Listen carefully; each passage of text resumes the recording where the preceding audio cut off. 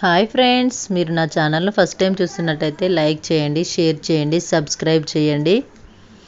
ఇక ఈరోజు బ్రహ్మముడి సీరియల్లో ఏం జరిగిందో చూద్దాం.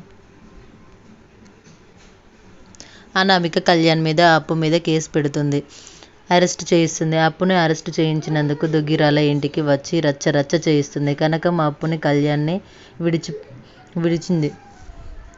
విడిపించి ఇంటికి తీసుకువస్తారు. కావ్య దంపతులు అరెస్టు చేయించినందుకు అనామిక చెంప పగులగొడుతుంది. స్వప్న ఇదంతా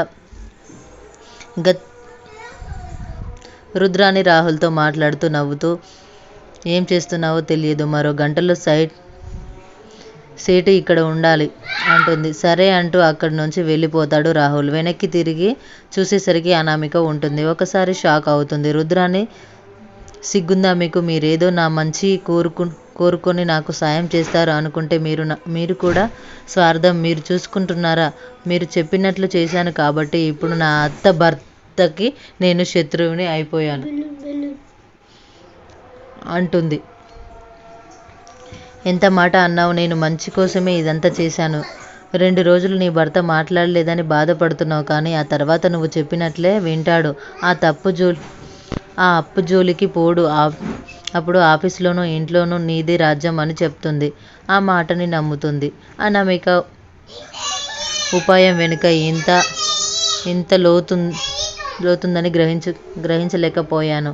మిమ్మల్ని తిట్టినందుకు ఏమీ అనుకోవద్దు అని చెప్పి అక్కడి నుంచి వెళ్ళిపోతుంది. మరోవైపు సుభాష్ రాజ్కి 10 లక్షల అప్పు ఇస్తూ, ఇలా ఎన్నాళ్ళు, నిజం ఎప్పటికైనా తెలియాల్సిందే కదా అని అంటాడు.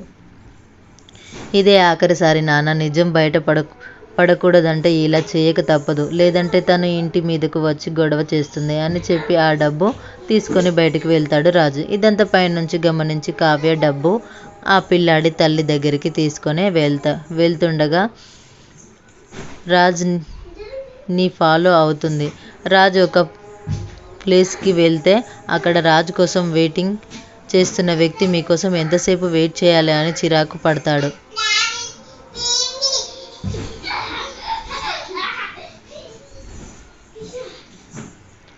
వాడు చెంప పలగొట్టి, ఒక నిజం దాయడం కోసం, మా కుటుంబం కోసం నేను ఈ పని చేస్తున్నాను, అంతేకాని నీకు భయపడి కాదు. మళ్ళీ బ్లాక్ మెయిల్ చేస్తావంటే ఊరుకునేది లేదు అని హెచ్చరించి డబ్బు అతని చేతిలో పెట్టి అక్కడి నుంచి వెళ్ళిపోతాడు రాజు. ఇదంతా గమనించిన కావ్య ఆ వ్యక్తిని పట్టుకోవడానికి ప్రయత్నిస్తుంది, కానీ కొద్దిలో మిస్ అయిపోతుంది. మరోవైపు సేటు ఇంటికి వచ్చి, మీ కోడలు స్వప్న నా దగ్గర ₹1 కోటి అప్పు తీసుకుంది అంటాడు. స్వప్న షాక్ అవుతుంది. నాకు డబ్బు తీసుకోవాల్సిన అవసరం లేదంటూ అప్పుడు సేట్ డాక్యుమెంట్స్ చూపిస్తాడు. తన సంతకాన్ని డాక్యుమెంట్స్ చూసి షాక్ అవుతుంది స్వప్న. పెద్దింటి కోడలు వీక్ కదా అని నమ్మి డబ్బిస్తే నేను ఎవరో తెలియదు అంటున్నావు, ఇప్పుడే పోలీస్ స్టేషన్కి వెళ్తాను అంటాడు. సేట్ నిజాలు కనుక్కొని మేము మీ డబ్బు మీకు పంపిస్తాము, మీరు ఏమి కంగారు పడకండి అంటాడు సుభాష్. సేటు వెళ్ళిపోయిన తర్వాత అపర్ణ మాట్లాడుతూ, నీకు అంత డబ్బుతో అవసరం లేదని అందరికీ తెలుస్తుంది. అసలు ఏం జరిగిందో నిదానంగా ఆలోచించు అంటుంది. ఆలోచిస్తాను, 2 రోజుల్లో నిజాలు బయట పెడతాను అని చెప్పి అక్కడి నుంచి వెళ్ళిపోతుంది స్వప్న. 2 రోజుల్లో నువ్వేం తేలుస్తావు? నువ్వు 2 రోజుల్లో ఇంట్లోంచి బయటకు వెళ్ళిపోవడం ఖాయం అనుకుంటుంది రుద్రాని.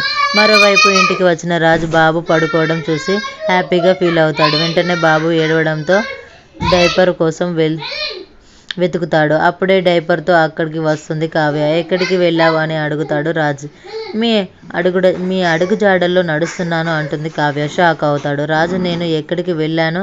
డైపర్ తీసుకురావడానికి వెళ్ళాను అంటూ బాబుకు డైపర్ చేంజ్ చేస్తూ కావ్య తర్వాత ఏం జరిగిందో చూద్దాం. ఇది ఈరోజు ఎపిసోడ్.